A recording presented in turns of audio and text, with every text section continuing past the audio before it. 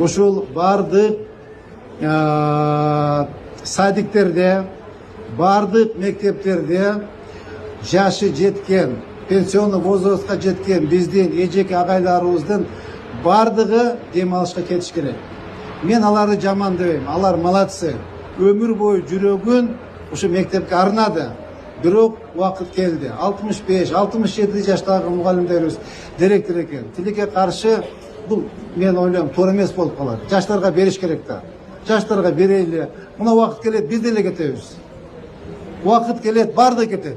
Ошон үчүн урматтуу мен орун басарларым ошо маселени катуура карап, аларга да туура биздин эжеке агайларыбыз өмүр бою ошол жерде иштеди. Аларды капа кылбай бир 5 саат берип койгула. 6 саат берип койгула, келип, кичине көңүл ачып, мектебин көрүп, мектеби менен сүйлөшүп, алар мектеп менен да сүйлөшөт.